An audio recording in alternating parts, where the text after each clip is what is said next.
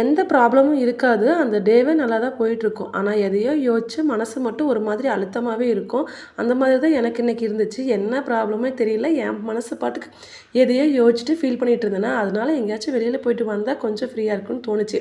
என்னோட ஹஸ்பண்ட்ட கால் பண்ணி கேட்கும்போது, "எங்க போலாம் நீயே சொல்லுன்னு" சொல்லிட்டாரு. சரின்னு சொல்லிட்டு பக்கத்திலேயே தான் ஒரு 2 கிலோமீட்டர் டிஸ்டன்ஸ்ல டிமார்ட் இருக்கு. கொஞ்சம் கிராசரி ஐட்டமும் வாங்க வேண்டியது இருந்துச்சா, அங்க போனா கொஞ்சம் டைம் பாஸும் ஆகும். டிமார்ட் போற வரைக்கும் கொஞ்சம் டல்லா தான் இருந்தேன். அங்க போனதுக்கப்புறம் எங்கிருந்து தான் எனக்கு எனர்ஜி வந்துச்சுன்னு தெரியல. நான் என்ன யோசிச்சேனோ எல்லாமே மறந்து போச்சு. சகஜமா எப்பவும் போல மாறிட்டேன். எனக்கு என்ன தேவையோ அதெல்லாம் வாங்கிட்டு வந்தாச்சு. வாங்கிட்டு வந்ததுக்கப்புறமா ஸ்நாக்ஸ் ஏதாவது வேணும்னு சொல்லி என்னோட ஹஸ்பண்ட் கேட்டிருந்தாரா, நான் வந்து ஊர்லேருந்து வரும்போது இந்த இன்ஸ்டன்ட் பஜ்ஜி மாவு வாங்கிட்டு வந்திருந்தேன். அத வச்சு பஜ்ஜி போடவே இல்ல. அதனால அந்த மாவுலயே பஜ்ஜி போட்டு சாப்பிடலான்னு சொல்லிட்டு கேப்சிகம் பஜ்ஜி தான் ரெடி பண்ணியிருந்தேன்.